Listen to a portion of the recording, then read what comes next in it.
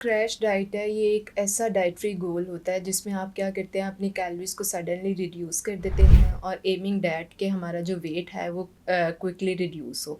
Diet start की थी, skin dry हो गई, स्किन की जो इलास्टिसिटी है वो कम हो गई, ठीक है। फिर इसके बाद ये कंप्लेन करते हैं कि वेट स्टक हो जाता है। वेट स्टक ये सबसे बड़ी प्रॉब्लम है। जब भी आप अनहेल्दी तरीके से वेट रिड्यूस करने की कोशिश करते हैं, आपका वेट स्टक हो जाता है। जो हमने वेट रिड्यूस कर लिया वो हमेशा के लिए रहेंगे, वो आपका एक आध इवेंट ही गुजार सकेंगे। This is maximum you can get from it. अच्छा, शॉर्टकट्स की हम लोग बात कर रहे हैं तो अक्सर क्या होता है कि जब आपका वज़न बढ़ रहा होता है तो लोग क्रैश डाइट की तरफ चले जाते हैं, तो इसके क्या डिसएडवांटेजेस होते हैं?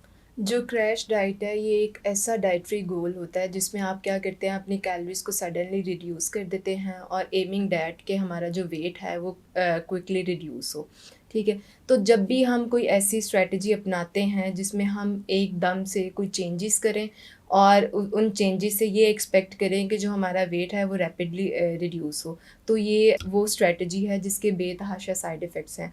और अगर हम इसके साइड इफ़ेक्ट की पर्टिकुलरली बात करें तो सबसे पहले ये है, बहुत सारे लोग आपने देखा होगा ये कंप्लेन करते हैं, डाइट की थी उसके बाद से हेयर फॉल स्टार्ट हो गया। डाइट स्टार्ट की थी, स्किन ड्राई हो गई, स्किन की जो इलास्टिसिटी है वो कम हो गई, ठीक है। फिर इसके बाद ये कंप्लेन करते हैं कि वेट स्टक हो जाता है। वेट स्टक ये सबसे बड़ी प्रॉब्लम है। जब भी आप अनहेल्दी तरीके से वेट रिड्यूस करने की कोशिश करते हैं, आपका वेट स्टक हो जाता है। इसके अलावा आपकी गट हेल्थ डिस्टर्ब हो जाती है, आपकी हार्मोनल प्रोफाइल डिस्टर्ब हो जाती है। तो कभी भी आपने वेट को लेकर शॉर्टकट्स की तरफ नहीं जाना। ठीक।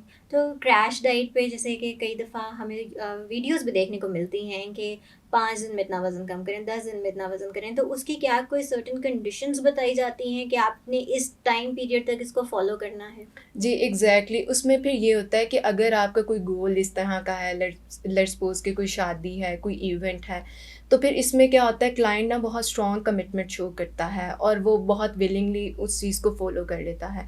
तो जब वो साइकोलॉजिकली इस चीज़ के लिए प्रिपेयर होता है कि मुझे अपनी कैलोरीज़ रिड्यूस करनी है और मेरा ये शॉर्ट टर्म गोल है, मुझे उसको अचीव करना है, तो उस सिनेरियो में ये है कि आप इसको कंटिन्यू कर सकते हैं, लेकिन जस्ट फॉर फ्यू डेज़। और इसके आप अगर बात करें इसके रिज़ल्ट्स की, तो वो लॉन्ग टर्म रिज़ल्ट्स नहीं होते, क्योंकि बॉडी अपने सेट पॉइंट पे वापस आना पसंद करती है। इसको हम सेट पॉइंट थ्योरी कहते हैं। मतलब एक इंसान अगर वो अपनी ज़िंदगी में मैक्सिमम टाइम वो ओवरवेट रहा है या अंडरवेट रहा है, तो जब भी हम उस वेट को हिलाने की कोशिश करते हैं अनहेल्दी तरीके से, तो बॉडी रेजिस्टेंस शो करती है। अगर वो वेट रिड्यूस कर भी जाए या वेट गेन कर भी जाए, मतलब जो भी हम उसमें मॉडिफ़िकेशन करना चाह रहे हैं, तो उसके बाद से वो फिर उसी वेट पर वापस चले जाती है।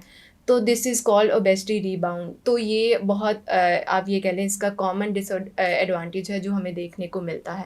तो इसको हम तभी कर सकते हैं जब हमारा एक शॉर्ट टर्म गोल हो और पर्टिकुलर इवेंट को लेकर हो, और स्पेसिफिक डेज़ के लिए कर सकते हैं। और इसके रिज़ल्ट्स में हमें कभी भी ये नहीं एक्सपेक्ट करना चाहिए कि वो जो रिज़ल्ट्स हैं वो लॉन्ग टर्म होंगे, कि अब जो हमने वेट रिड्यूस कर लिया वो हमेशा के लिए रहेंगे। वो आपका एक आध इवेंट ही गुजार सकेंगे। This is maximum you can get from it.